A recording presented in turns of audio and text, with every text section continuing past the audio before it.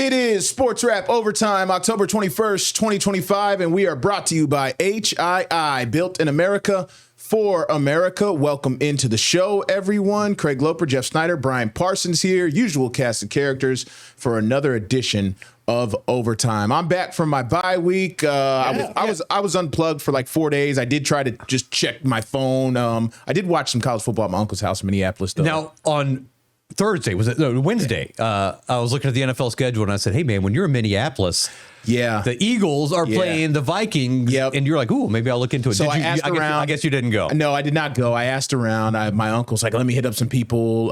They couldn't get in touch with me. The main thing was I went to change. So I looked at changing my flight.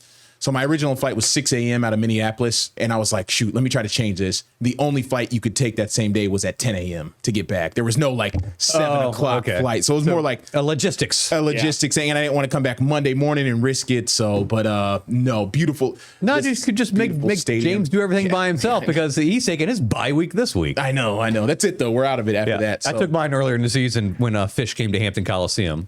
So. Every time you drive by that stadium in Minneapolis, though, it's incredible. It's incredible. It's just amazing. It looks amazing. The weather was great. It was 70 degrees. It was just awesome. The stadium from the skyline looks incredible. Is this the one that it's so nice with the glass on the outside that birds can't even see that it's glass and they're like flying into it and it's like a mass bird casualty event sometimes? That would not surprise me. I don't know. Heard that? The whole flock of Am I making that up? Geese going right into it. It is glass. A lot of it is glass. I have no clue. So we're going to recap NFL Week 7 here in a little bit, but we're going to start with the tough Saturday that was for Old Dominion football, right? Going into Harrisonburg, Virginia, and losing to rival JMU, and the losing streak continues to the Dukes. First half, wow, fireworks. That's 28 to 27. Yeah, we're thinking it's going to be a shootout, right? But it sees like the missed extra point. I'm like, okay, that's probably not good. It's a little thing. Special teams has been a real issue for Old Dominion this year. There's been a lot of things that have been an issue for Old Dominion this year that we're going to get to, especially, I mean,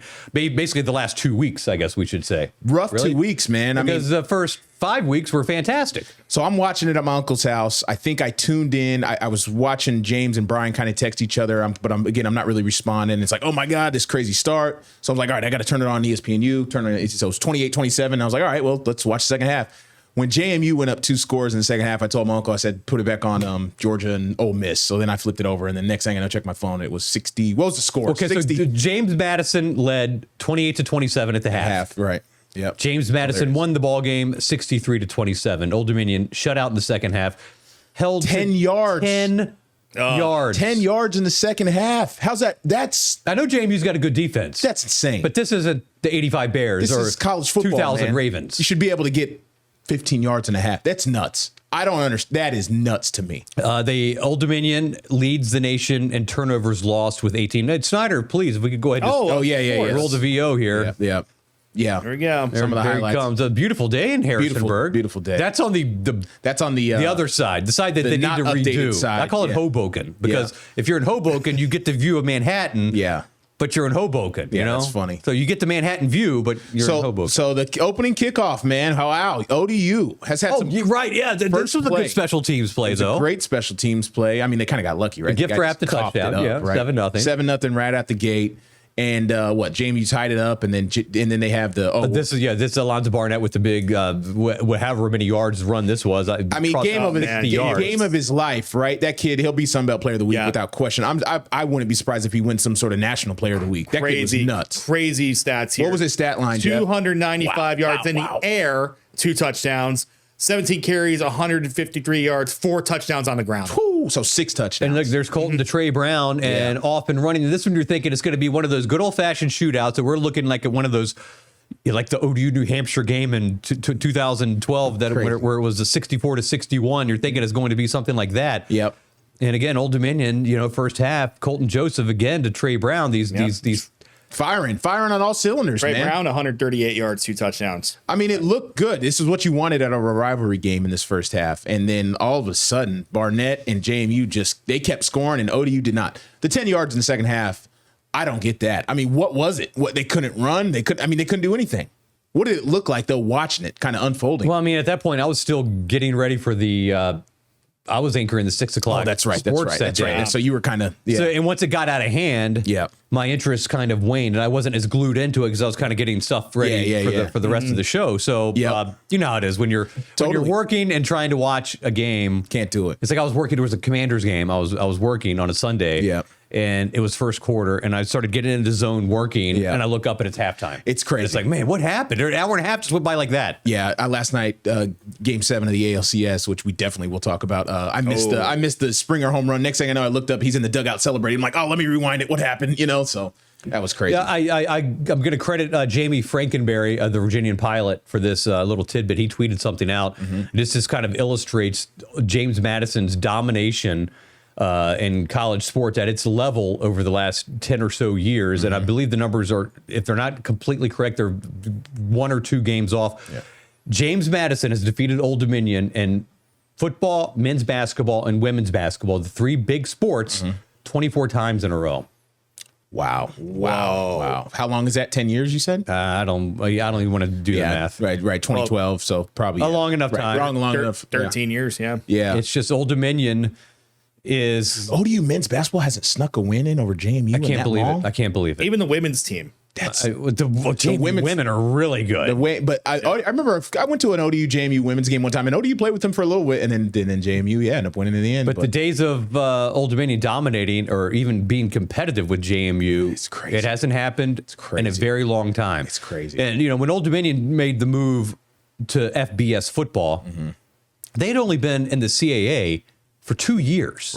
Right. 2 years. That's nuts. That's really nuts when you think about it. And they got the call, and it's like they probably like, oh man, we may never get this chance again, so we've got to take it. Hindsight. In hindsight, I think they should have stayed. If they could have stayed in the CAA for a couple more years, they would have won a national championship with Taylor Heineke. Right. I remember when we had the coaches show with Bobby Wilder. This was Heineke's freshman year when he came in to replace an injured Thomas DeMarco. I remember Bobby Wilder was walking to the bathroom before the show. And I was like, man, you guys are rolling. He's like, rolling. He goes, we're a year ahead of schedule. We're going to win it all. Yeah, right. They didn't. They lost to Georgia Southern in the playoffs in 2011 and 2012. Quarters. Yeah, right. But the thing is, imagine if they didn't move up to FBS. They would have won a national championship. They would have played more games against Richmond, more games against William & Mary, more games against James Madison. Established more of the program. Yeah.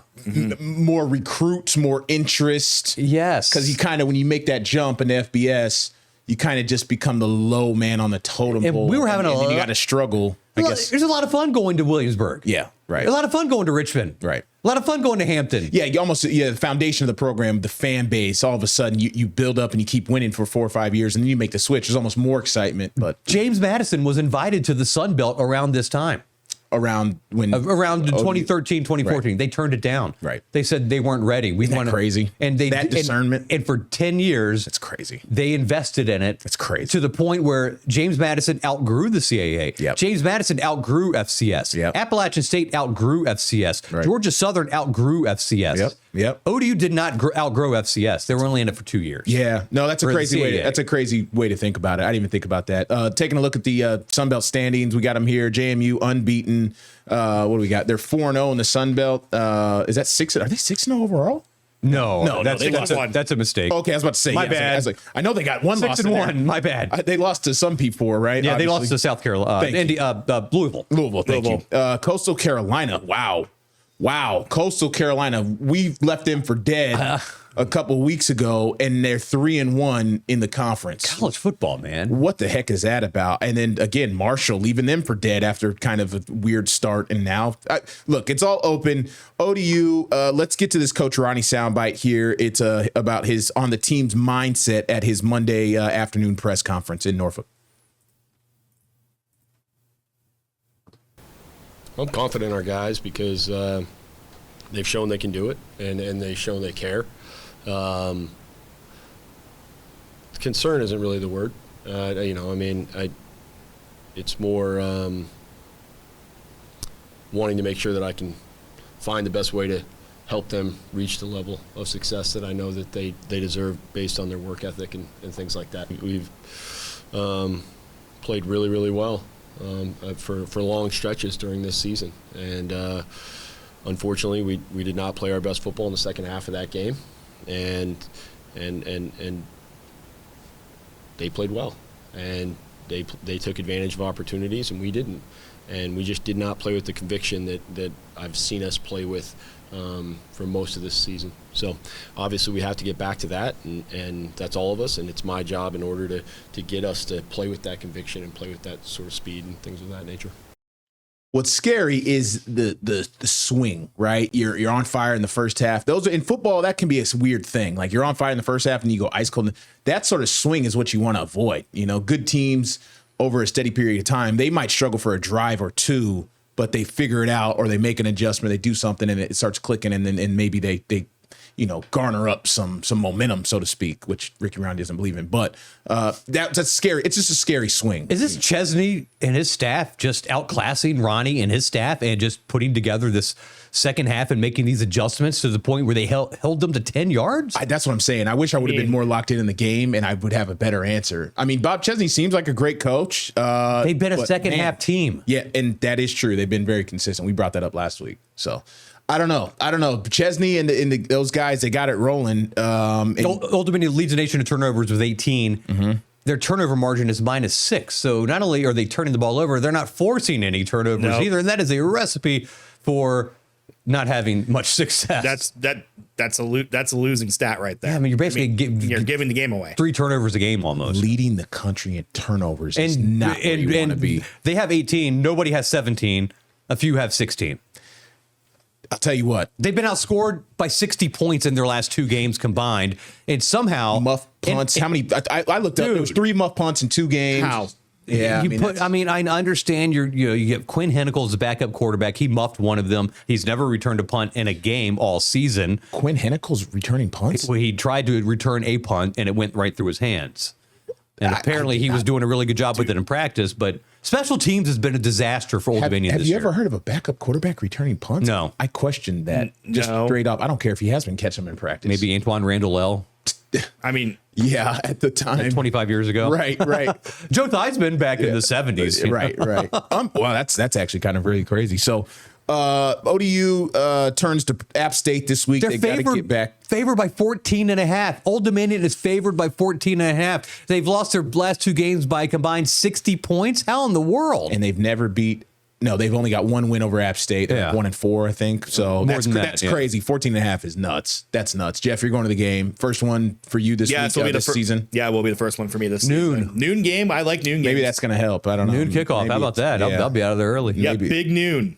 Well, maybe little noon. Well, I don't know, man. App State's a proud program. Where are they at? 1-2 in the conference, 4-3 overall. The Mountaineers coming out from Boone. Let's hear some player sound from some of the guys here getting back to practice. This is Stefan DeBose Born talking about what it's like coming back to practice after 2 tough losses. We came back with like the mentality that we started with, getting back to the grind, getting back to the work, so that we build on the first 5 weeks when we were doing our thing. So really getting that hard hat mentality and getting back to work. What was the emotion? Did the team feel embarrassed, frustrated? Like, what was the team emotion? All of the above, but definitely frustrating because, if we're a really good team and we just haven't been showing it the last 2 weeks, and just need to get back to what we've been doing in the past. Just don't change us. Love the game of football. Go out there and have fun and just play with each other.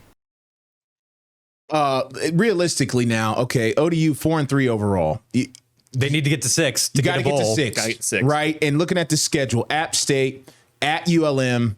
Is ULM, are they still struggling? Last year, they were one of the worst programs in history. No, they're much improved. They're turning around a little bit. Much improved. Yeah, why don't we look at standings here? Yeah, they are currently 3-4. Okay, so 1-2 in the conference. Last year, I think they were 0-12 or something. Yeah, they did not have a good year. They have lost 3 in a row. Okay. Right. Well, you would think at ULM's a win, but Troy, who knows? Troy's good. Troy's good. Troy's 3-0 in the conference. They're always good. They're always proud. I don't know. They got a lot going on down there. They really do. I've never been. They've Troy, Alabama conference championships. Those are the kids who don't go to Alabama or go to Auburn. Something like that, right? Georgia well, it's kind of like ODU and JMU, VCU, George Mason. They're the kids that don't go to UVA and Tech. Yeah. So I don't know. Can they get to 6 wins is what I'm asking. I think they can, right? Like you believe enough in Ronnie and the coaching staff to turn around and at least get to 6 wins. I would hope so. I mean, I would think so. There's 5 games left. You can win at least 2 of these. But hypothetically, if you fall apart here and something, if you win how many in a row, if you lose how many in a row to end the 6 in a row to start to end the year, and that's not good. That would be terrible. That's No. worst case scenario. Ricky might be joining his buddies Brent Pry and James Franklin in the That'd be a decision for line. one Dr. That would be a That would potential be right. scenario. Let's be honest. Yeah. Starting 5-1 or 4-1 and then losing 6 in a row. That would be crazy. Yeah. And you've never had a winning record? Yeah, that would. But that's all speculative. Yeah, that's all. Who knows? It's very hypothetical. Hey, what does it mean to lose a locker room? Have you seen that happen? What does that even mean? I don't know. I was never involved in anything like that. I don't know about losing a locker room. In high school, some people get frustrated with coaches. I don't know about losing a locker room, but yeah, I think that's a real thing. I think it's a respect factor. Maybe like factions develop in the locker room and people are turning each other against each other. Everyone has something to say about everything, as opposed to maybe like rowing the same boat and rowing the boat in the same direction. I don't know. I don't know. Ricky doesn't seem like the guy that would lose a locker room. I think these kids, when we talk to them, they seem like they're pretty humble and want to right the ship. There's 100 guys on the team. True. We're only talking about 2 of them. Yeah. Right. And if the losses mount, yeah. And at what point is Ricky Ronnie hammering the same message and it's not working to the point where they don't listen to it anymore? Yeah. And they say, all right, this one and no crap isn't working, man. Yeah.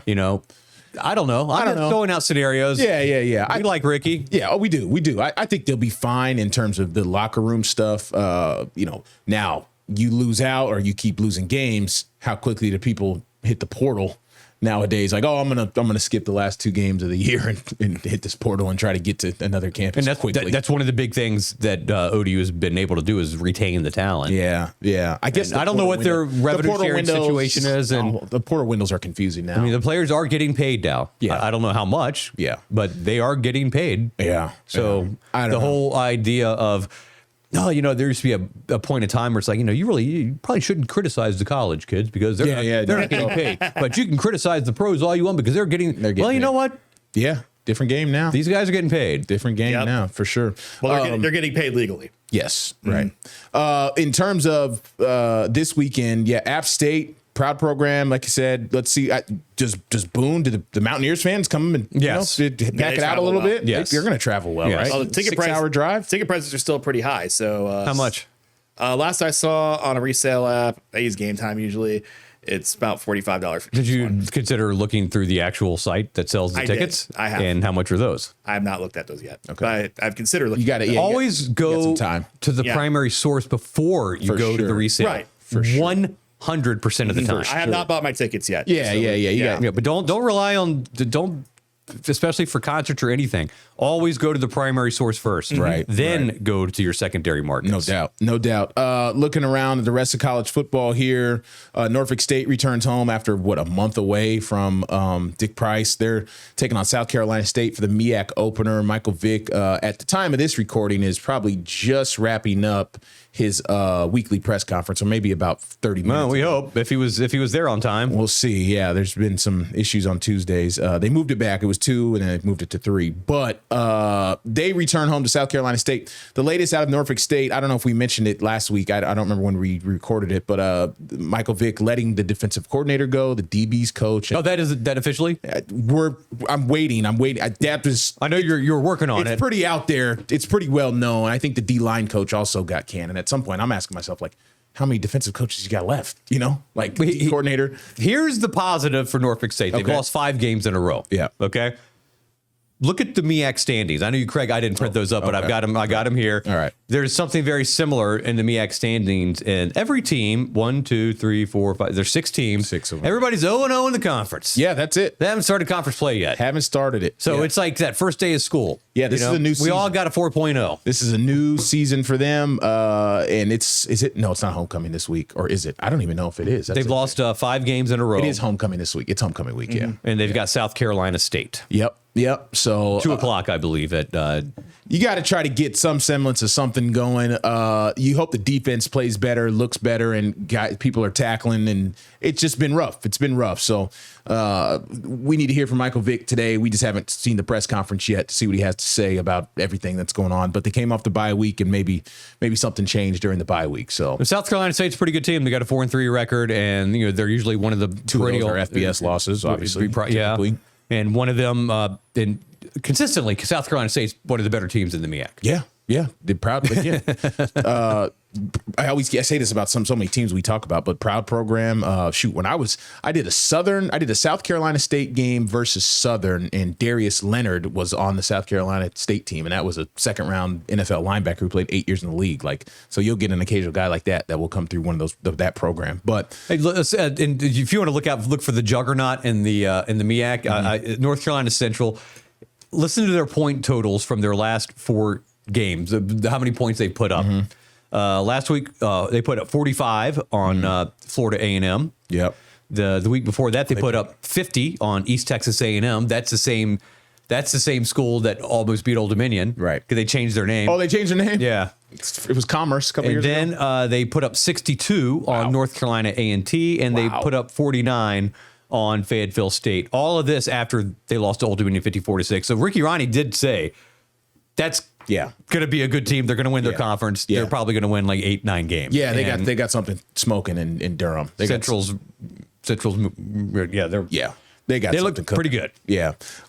So elsewhere around college football, if you're talking about Commonwealth, how about Virginia Tech going out to Berkeley, Blacksburg to Berkeley? What's that flight? I'm sure they're going to roll in on a Thursday night. You got to go with Thursday. ACC powerhouse, Cal Berkeley. That's right. Yeah. Thursday, we practice there on Friday. So how does that work? You think usually with the long ones, teams are getting there on Thursdays now. You don't do the roll in on Friday and play Saturday afternoon. And we're starting to see it, man. What's that? These cross country ACC matchups. I guess probably in the Big Ten as well. Yeah, it's tough on the road team. Yep.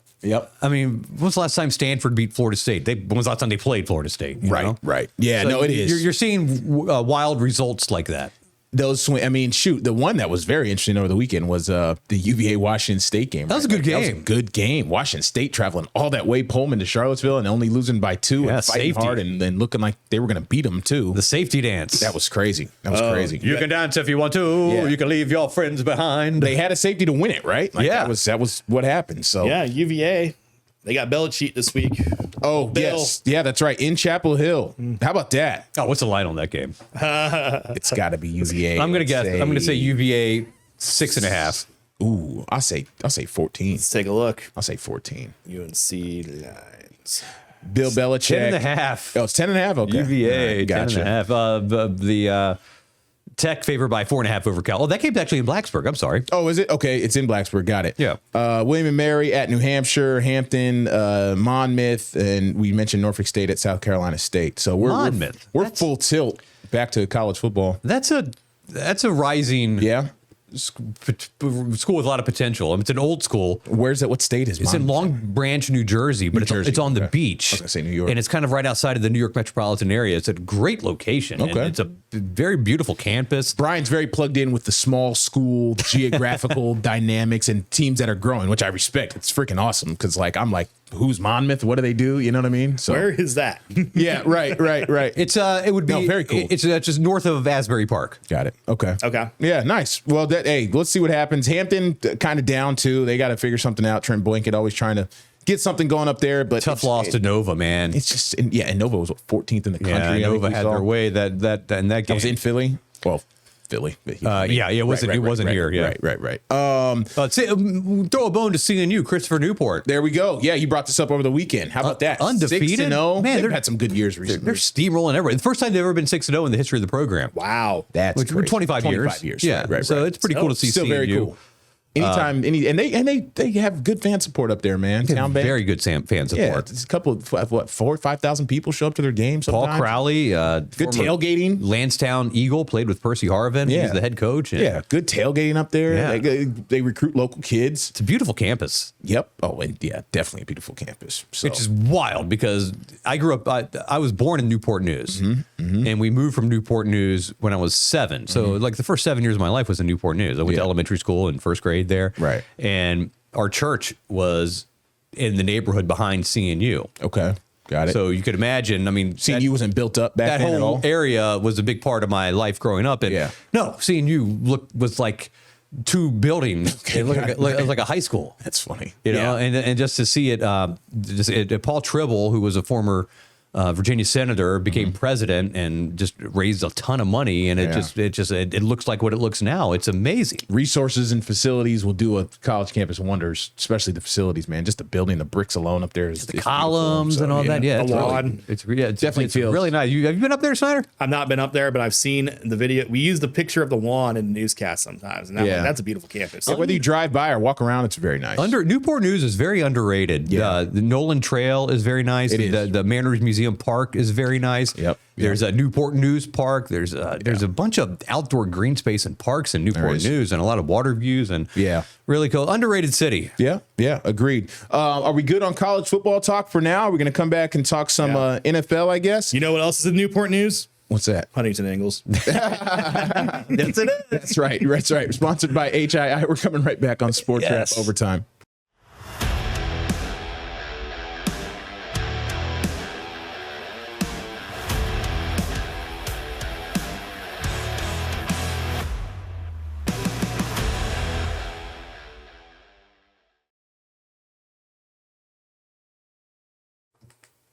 All right, we're back on Sportswrap Overtime, brought to you by HII, built in America for America.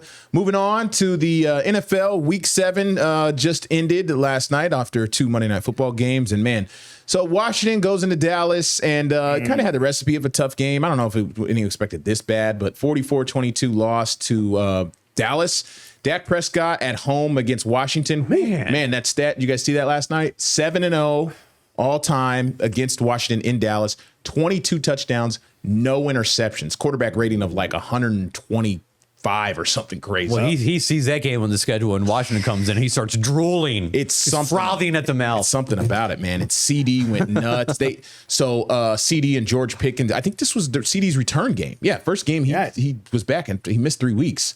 CD went nuts. Jeff, you want to pull up CD stats? Yeah, CD 5 catches, 110 yards, and a touchdown. And then George Pickens had like 80 yards. And it was there. Javonte Williams has been a great pickup. What was the final score of that game? 44-22. Okay, so they got blown out. And you're thinking, oh, man, okay, so maybe there's some relief on the way. Yeah. And maybe there's maybe an easy game coming up. Maybe the Browns or something like that. But no, they've got the Chiefs on Monday Night Football. And the Chiefs look like they seem like they're a rolling. lot of tough games for the Commanders. The Chiefs look like the Chiefs. Well, they got Rashee Rice back. They're running the ball a little bit better. The offense is clicking. So, yeah, it doesn't get any easier.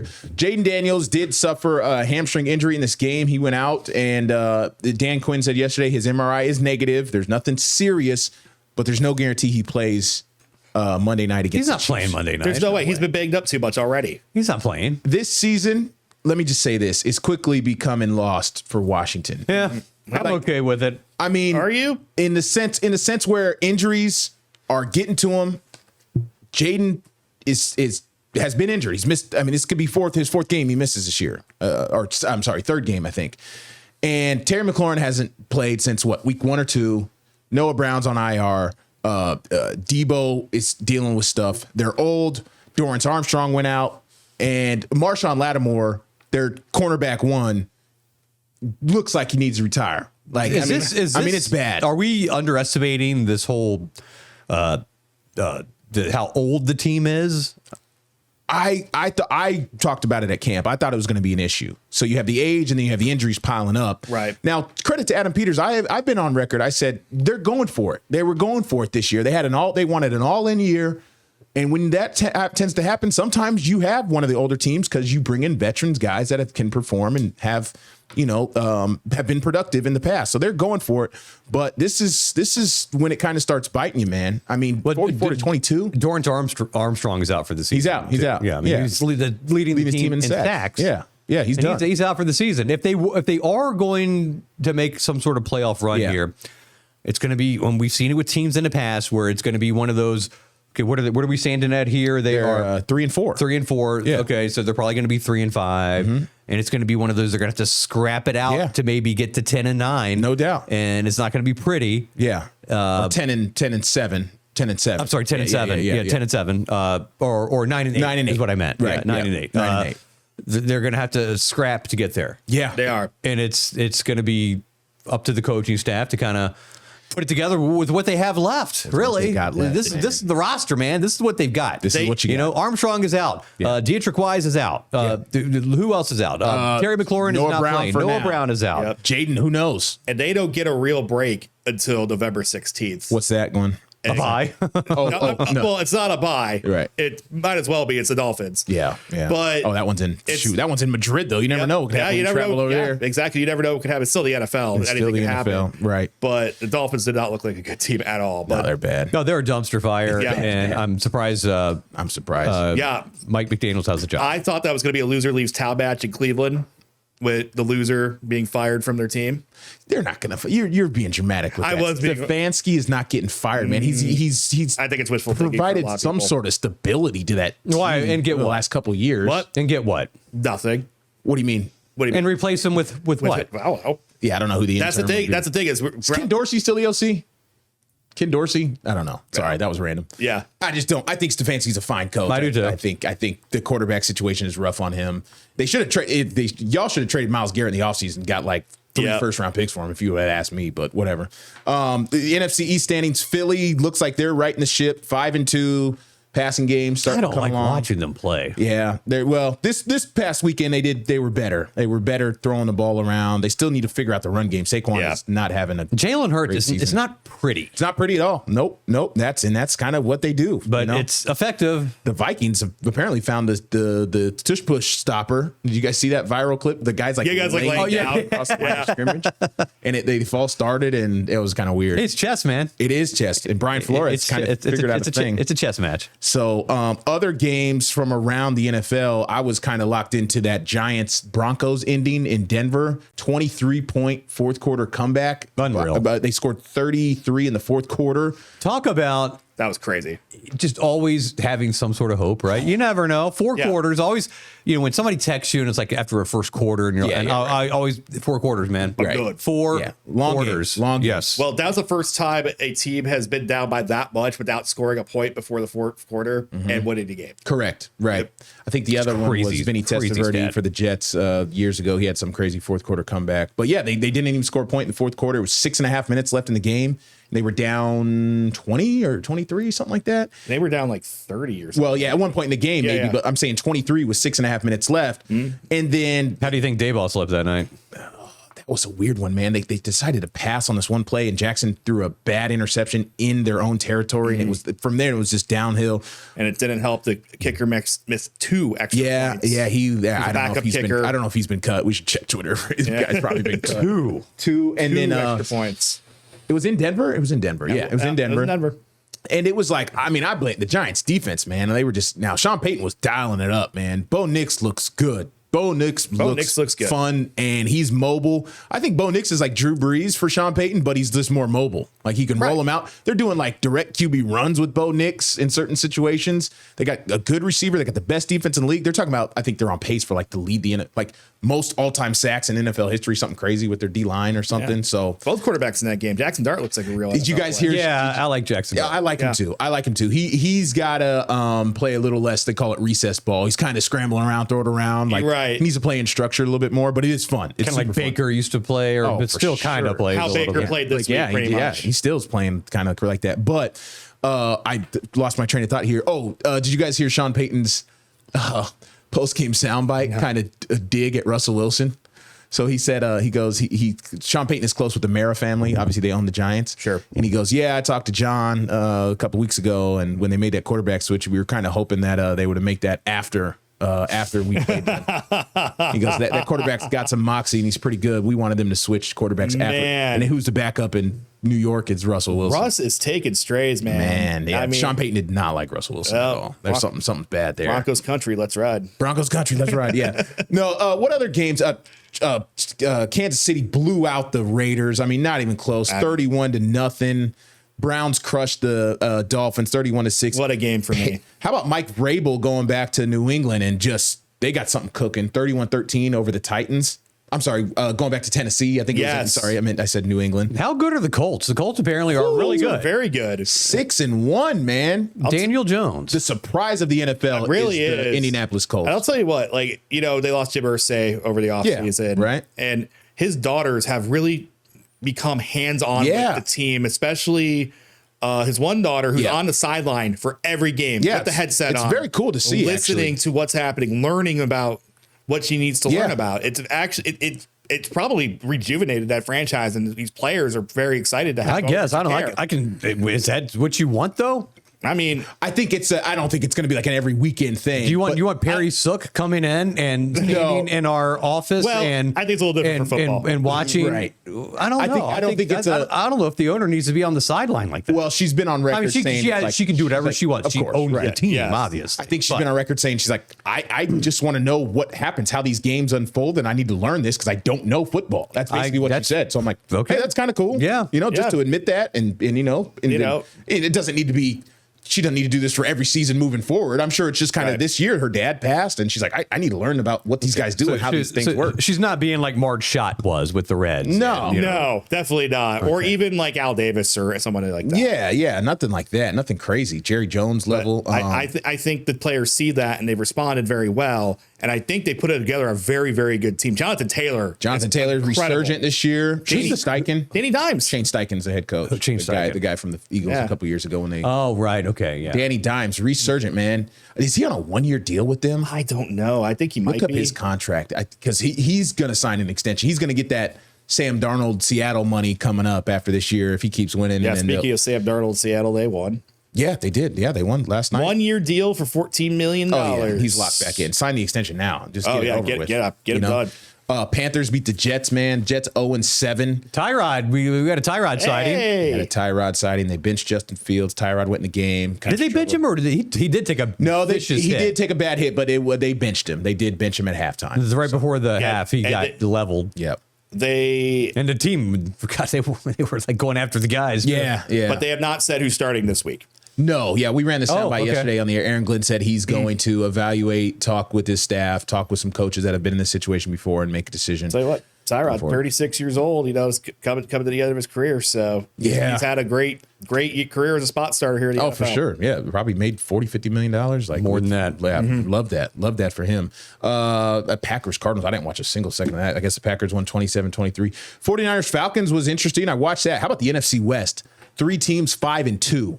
And that's, I don't know what the historical context of that, of having 3 teams in the same division, 3 games above 500, but that's pretty significant. Yeah, that's pretty good. Mac Jones playing quarterback for San Francisco. It was 20-10, kind of a grinded out win against the Falcons. Man, the Lions game last night, I don't know how much you guys were watching. I kind of was locked in, not locked in, but because I was working, but the Lions looked really good. The defense looked good. 24-9 over the Bucs in Detroit. They were the black uniforms. Yeah, Baker looked awful. He missed a lot of throws, man. He looked like 2019 Baker. He had a bad game. And he had a bad game for sure. They threw the ball 50 times. They were saying the OC got a little desperate passing the ball. When they got down 2 scores, the OC was like starting to, he threw it 50 times in the game. I had it on the second screen because I had I don't think he had a game 7. I had to watch game. I had to listen to game 7. Yeah, I don't think he had a 20-yard completion until late in the fourth quarter. I think he had 50 attempts, like 220 yards passing. It was really bad. Yeah. So let's take a break. Yeah. All right. We're going to take a break. And we got about 10 minutes left. We'll be right back. Sportswrap Overtime, brought to you by HII. We're back on Sportswrap Overtime. Okay, 10 minutes left here, guys. Kind of getting to odds and ends. And look at this. Brian Parsons has something very unique. We were sent, sometimes working for a big affiliate like NBC, get sent cool stuff. And this is a basketball representing what? The NBA is on NBC. Oh, here's what it says. It says, the countdown is over. For the first time in over 20 years, the NBA is back on NBC. It all starts this Tuesday, October 21st, with a coast-to-coast doubleheader. Houston Rockets at Oklahoma City Thunder and Golden State Warriors at LA Lakers. Enclosed, we're gifting you a basketball to celebrate the upcoming season. We encourage you to have your anchors displayed on air and on social. Feel free to get creative. Let's see if you can make any trick shots yourselves. Craig, that's how the sausage is made right there. Where's your trick shot? I don't know. We got nothing in here to even try. Yeah, we need to That's what they sent us. I didn't see that. Yeah, That's you awesome. think Bub will put a hoop on the garage for us? You might, maybe. Yeah, we should. We should. Can you do the thing? I can. Yeah, I can do it. Let's see. You ready? It's been a minute, but this ball's kind of slick. It is a very nice Yeah, ball. it's not a Oh, regulation ball. Hold on. Let me do it. It's really slick. Yeah, there's no grip on it. Yeah, it's very Tricks. Look, NBC. Tricks. We've got tricks for NBC for the If company. it was all the normal material, I'd be able to do it pretty better. good. Yeah, it's been a long time. So that's a big deal for NBA to move back to NBC. Round Ball Rock, the John Tesh Classic, makes Yes. a triumphant return, an updated version. An updated version because his original version was playing on Fox College Basketball for years now. It was licensed. They licensed it out. They licensed it out. It always felt dirty though. I didn't like that. When did the NBA leave NBC initially all those years ago? Like, how long has it been? Like, At least 20 years. To like 22, 23 probably, about or 2003. Yeah. Sounds Something about like right. because yeah, Shaq and Kobe won some titles on NBC. Yes, on NBC for sure. Yeah, Because Definitely, I remember that's really how I first got into the NBA outside of the Cavaliers. It was the NBA and NBC would be on weekends. And You're right. Yeah. You're right. Because that Western Conference Finals against Portland, now that I think back, I was watching that live. I'm 99% sure that was the Iverson Lakers, that was definitely NBC. 2001 for sure. And I think the Nets was maybe NBC. Yeah. Yep. Right. And then it just straight over I think to maybe ESPN after that. I think 03, I think. Straight over to ESPN. I'm trying to Because think. when the Pistons beat the Lakers, that was 03, right? 04. Oh, wait. No, yeah, 04. That was 03 was that Spurs was one. definitely post NBC. Yeah, that sounds about right. You're right. let's see. It ended 2002. Okay, Well, after 0102, after a 12-year run. We were right in the window. Yeah, and prior to that, CBS was the big home of the NBA, and that they had a great theme song too that I loved so much. That was with Brent Musburger and Pat O'Brien and, Do you remember and guys like that. What was the reports of the check that NBC cut the NBA for the rights? So when was that? A couple billion? Wow, yeah, Three, It's a four, lot of five. money. A lot of money. Yeah. A lot of money. money. It's the first year of the new TV contract for the NBA too, because NBC that's back, Amazon's involved. Yeah, that's why these guys are ESPN. making $70 million a year. Shea's getting like $70 million a year. Shea Gilgeous-Alexander, I think he's like $70 million. Guys who are like role on his players. new extension, not this season, but Dudes who are role players are getting like $25 million. Oh yeah, NBA is ridiculous. So Tuesday nights on Wavy TV 10, we'll have the NBA. Yeah. Yep. So tonight, I mean, no matter when we watch this episode, tonight is the Houston Rockets and the Thunder in OKC, defending champs. They'll probably drop the banner tonight, give the guys the rings, and then the Lakers and Warriors is a late West Coast game. I think 10:30 East Coast time. Of course, no LeBron tonight. So. No LeBron, he's out. Luka though, hey, Luka's always a show. Luka. So yeah, very cool to see that and how they're going to present it. I don't even know who the main people are calling the games. They might be better off without LeBron. I'm telling you, man. You never know. We'll find out. Hey, when it's Luka's team, he's gonna miss with the young guys. He's going to miss 3 weeks. He's going to miss 3 We're weeks. gonna So Houston, we got a local player playing on the Rockets. Yep, Dorian Finney-Smith in Houston now. He signed a little deal with them, 3 years, I think. Him and KD. KD signed an extension, 2 years, $90 million, I think. Who we thinking this year for the NBA? Who we think is going to walk away with the I mean, championship? OKC's going to be favored to go back to back. Denver's always up there. I'm going. I predict the not the NBA Celtics. Finals will be the Denver Nuggets and the New York Knicks. Okay. My prediction is the Denver Nuggets and my Cleveland Cavaliers. And not because I like Cleveland. And not because it's just Cleveland Cavaliers. They are going to be hungry because they really had a shot last year. still But they gotta were prove it. banged up. Yeah, they got to year. prove it, man. Yeah, but the whole being banged up, man. That's a part. That's a part of the game. It's It part is. of the game. So they got to tough. figure out how not to be hurt. I'll say OKC and Giannis. I want to believe in Giannis, but I don't He has think I can no do it. supporting cast. No, He's not. no health I issues. also His supporting predict cast is his he will brothers. not be on the Bucks end of the year? By the end of the year. Wow. Okay. I don't know. I don't know. I don't know who my pick out of the East would be. Who's the contenders in the East? Cleveland, New York, New York, Boston. yeah, Boston. I think Cleveland could. Yeah. I just think the West Knicks. is deep. Yeah, I don't know. That's tough. Maybe I'll say OKC and Cleveland just for the heck, So I don't know. That's crazy. OKC's gonna be favored though. They're back. They're still young. They're dynamic. Yeah. Jokic is still the best player. I do like this new era of the NBA. The super team era is pretty much dead. Yes. So it's very nice to have a lot more balance. Dallas in the league. out of the West. Oh, yeah. Can't forget about them. Cooper Flag. Yeah, no, you say no super team, but man, OKC is kind of a super team. Man. Super. I think when they say super team, he means like free agency. They built it organically. Built that. But those guys are getting paid. Yes, they are. They're going to hit that second apron. And then after this, there was something about the second apron. how many double-digit wins they had last year. Yeah, I mean, they were crazy, blowing everybody out. Right, they were. It's crazy. So, basketball on NBC. We've got a World Series. We got to get to. We got 5 minutes, guys. 4 minutes. And let's go. ALCS Game 7, Mariners, Blue Jays was crazy last night in Toronto. George Springer, go ahead, home run in the bottom of the 7th to win the game 4-3. Is he one of those guys from the Astros? Yes. Yeah, you heard the trash can bang one last time. That's why he was able to hit it. Yeah. No, crazy Karma's moment, not real. Crazy moment. That was crazy. It was fun to watch. Toronto, wow. Vlad Guerrero Jr. has been just on fire in the postseason. They paid him all that money. Yeah, they did. He signed that extension this year, and it has paid off already. Yeah. What are the odds here? Dodgers are minus 210, whatever that means. That means they're pretty favored. Yeah, they're pretty favored. That's a heavy favorite. No one's giving Toronto a chance in this. Well, I think the Dodgers win 4-1. Let's talk about the Mariners for a second. If I were a Mariners fan, and I've been there, I would be beside myself. Their star showed up. Julio Rodriguez and Cal Raleigh hit home runs in this game, and it came up to just a poor decision from the manager. Did they pull that pitcher? They pulled the pitcher. Was that the bat? Why'd they pull that guy? They pulled Brian Root. Well, they should have put Munoz in, and they didn't do that. They put another guy in, Bizzardo. Okay. And Bizzardo immediately gave up the home run to Springer. Right. Yeah, so I looked up, and the starting pitcher for Seattle was doing great. Yeah, and then I was like, "Why did they pull him? Was he 120? Like, what was the deal?" No. So Brian Wu came into the game. Okay. He was not the starter. He's not the starter. Okay, he is a starter, but he was a reliever in the situation. Got it. The weird thing though, when Springer came to the plate, there was almost an anticipation that, here it comes. Yeah, it was almost you kind of felt like it was going to happen. It was really weird. 23 home runs in his postseason career. Wow, that's a lot. Oh my God, that's a lot. That's gotta be up there most all time. It's high. It's up there. But he is just Mr. Postseason, man. Yeah. Regular season, he's solid. He's a very good player. Yeah. Can we look at 23 in his home in his that's got to be up there for most postseason home runs. I think Big Papi has the most. Yeah, that would make sense. But it's going to be it's Manny. Manny has the most. Oh, wow. It's going to be your newer guys because there's more playoff games and more opportunities 27. to hit. Oh wow, very true. Who does Altuve? Then Schwarber has 23.